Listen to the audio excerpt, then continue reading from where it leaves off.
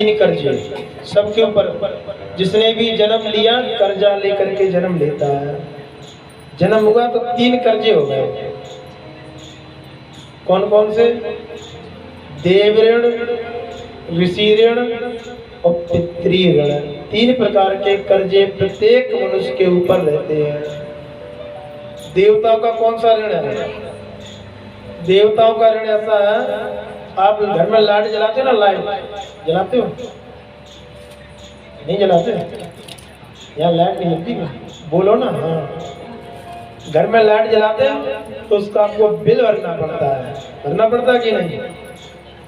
अगर बिल नहीं भरोगे तो क्या होगा? कनेक्शन कट जाएगा। दीपक का प्रकाश लेते हो तो घी तेल डालना पड़ेगा। घी तेल नहीं डालोगे तो अंधेरा हो जाएगा। सूर्य भगवान आपको 12 घंटे प्रकाश देते, आपने कभी बिल भरा है? नहीं भरा? भरना चाहिए कि नहीं? एक लोटा जल देना ही भगवान सूर्य का बिल है। अगर भगवान सूर्य के ऋण से मुक्ति पाना है तो एक लोटा जल दीजिए। जल नहीं दे पाते हैं तो भगवान सूर्य को प्रणाम कर लीजिए। ये देवताओं का ऋण है। पवन देव हमको हवा देते ना, ऑक्सीजन। कोरोना में पता चल गया कि ऑक्सीजन की कितनी जरूरत है? 15 दिन की ऑक्सीजन का 5-5 लाख 6-6 लाख बिल आया। और जन्म से लेकर के अभी तक फ्री में मुफ्त में ऑक्सीजन ले रहे हैं। कहां से आ रही है? किसने दी? ये सब देवताओं का ऋण है, देवताओं का कर्जा है। तो देवताओं के ऋण से मुक्ति के लिए क्या करना चाहिए? जड़ भरत जी राजा रघुवर को बताते हैं कि देव ऋण से मुक्ति पाने के लिए यज्ञ, होम, जप, तप करना चाहिए। तो देवताओं के ऋण से मुक्ति हो जाती है। उसके बाद में आता है ऋषि ऋण। ऋषियों का ऋण हमारे ऊपर रहता है। ऋषियों का कैसा ऋण रहता है?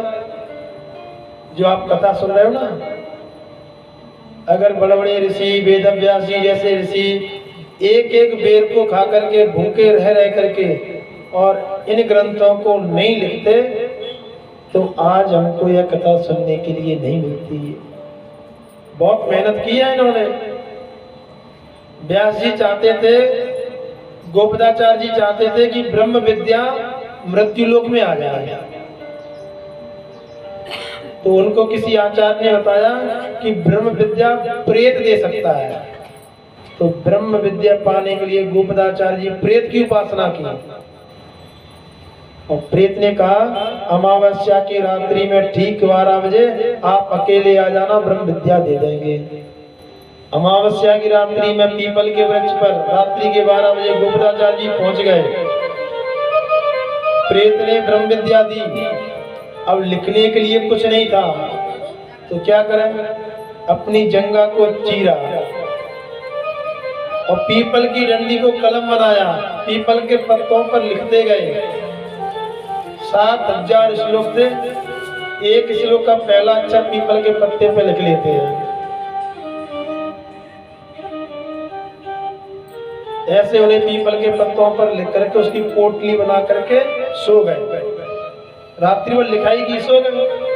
वहां से बकरियों का झुंड निकला और बकरियों के झुंड वो पीपल के पत्तों को खा गई। नींद खुली तो 7 पत्ते बचे, केवल 7 पत्तों को बचाया। कैसी मेहनत से लिखी, उनमें 7 बचे। तो उनसे ही उन्होंने 700 श्लोक बनाए और नीचे लिख दिया कि शेष अजाब अच्छा, बाकी के जो थे बकरी खा गई। ऐसी मेहनत करके ऋषि मुनियों ने भूखे रह करके इन ग्रंथों की रचना की। यदि हम इन ग्रंथों को पढ़ेंगे नहीं, सुनेंगे नहीं, इनकी बात नहीं मानेंगे तो ऋषियों के ऋण से मुक्ति होने वाली नहीं है। कथा सुनने से, ग्रंथों की बात मानने से ऋषियों के ऋण से मुक्त हो जाते हैं। अब तीसरा कौन सा ऋण है? बोलो। हाँ, ये मैया बहुत मन लगा के सुन रही है, इन्होंने तुरंत बता दिया। तीसरा है पितृ ऋण, पितरों का ऋण। सोचो, अगर हमारे दादा नहीं होते तो पिताजी कहां से आते? और पिताजी नहीं होते तो हम कहां से आते। ये हमारे ऊपर पितरों का ऋण है, पितरों का उपकार है, इसको कभी भूलना नहीं चाहिए। अब पितृ से मुक्ति कैसे होगी? माता पिता की सेवा करने से। जिस घर में माता पिता दुखी रहते हैं वो कभी पितृ से मुक्त नहीं हो सकता। अब पता नहीं क्या हो गया इस भारत देश को। ये वही भारत देश है जहाँ पर श्रवण कुमार जैसे पुत्र हुआ करते थे, अपने माता पिता को कंधे पर रख करके वो तीर्थ यात्रा करते थे। भारत में तो वृद्धाश्रम की आवश्यकता ही नहीं है, जरूरत ही नहीं है भारत में वृद्धाश्रम की। क्यों? हमारे संस्कार खत्म हो गए हैं। शिक्षा का स्तर बढ़ रहा है, बीई कर ली, इंजीनियरिंग कर ली, डबल एमए, एमबीए, ऐसी पढ़ाई चल रही है जिनके नाम भी पता नहीं है। शिक्षा का स्तर बढ़ा लेकिन संस्कार खत्म, संस्कार जीरो। पहले घर पे लगते थे अतिथि देवो भव, अतिथि देवो भव। जो भी दरवाजे पर अतिथि आया, मेहमान आया, वो देवता के समान है। अतिथि देवो भव। फिर क्या लिखने लगे? स्वागतम, वो भी ठीक है। फिर क्या लिखने लगे? वेलकम, चलो ठीक है, अंग्रेजी में लिखो चलेगा। अब क्या लिखते हैं? कुत्तों से सावधान। अब पता नहीं इस घर में कुत्ते रहते हैं कि इंसान रहते हैं। संस्कार खत्म होते जा रहे हैं, शिक्षा बढ़ रही है लेकिन संस्कार जीरो। पितरों के ऋण से मुक्ति पाना है तो माता पिता की सेवा करो। श्री रामचरितमानस में लिखा है, चार पदार्थ करतल ताके, मात पिता प्राण सम जाके। उसकी हथेली में संसार के चारों पुरुषार्थ हैं। जो अपने माता पिता से प्रेम करता है, माता पिता की आज्ञा का पालन करता है, उसकी हथेली में संसार के चारों पुरुषार्थ हैं। आप देखते हैं ना, कोई भी पूजा होती है कहीं भी, सबसे पहले किसकी पूजा होती है?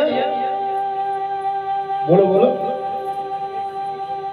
किसकी होती है? गणेश जी की। क्यों होती गणेश जी की?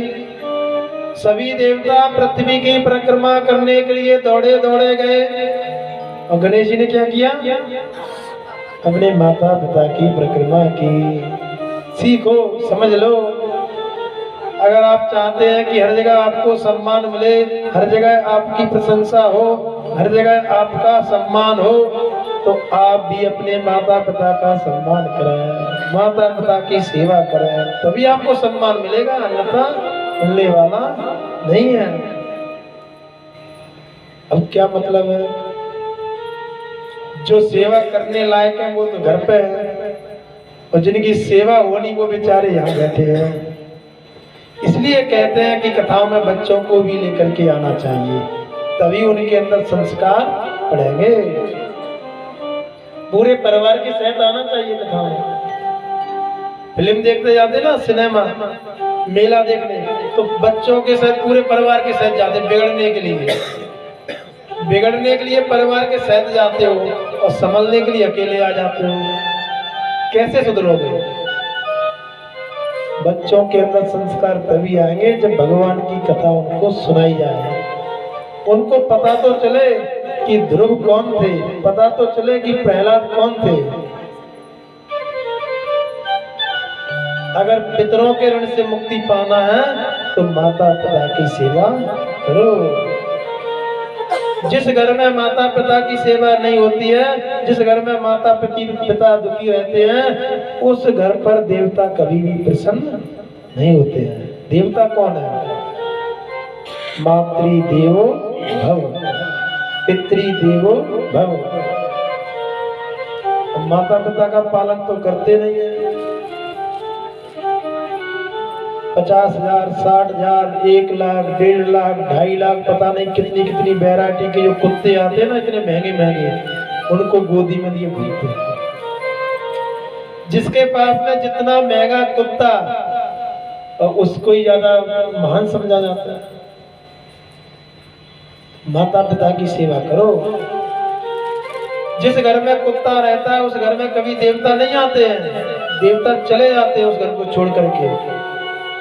अगर कुत्ता पालोगे तो भगवान आपके घर में कभी नहीं आएंगे। पितर कभी भी अन्न को ग्रहण नहीं करते हैं।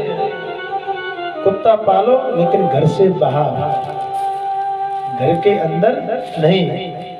घर के बाहर कुत्ते को पालना चाहिए। बोलिए राधे राधे। बोले बाल कृष्ण भगवान की।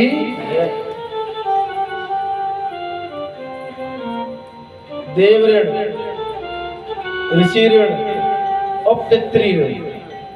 माता पिता प्रसन्न हो गए तो समझो आप तीनों ऋणों से मुक्त हो गए। सुखदेव जी कहते राजन परीक्षित, इसके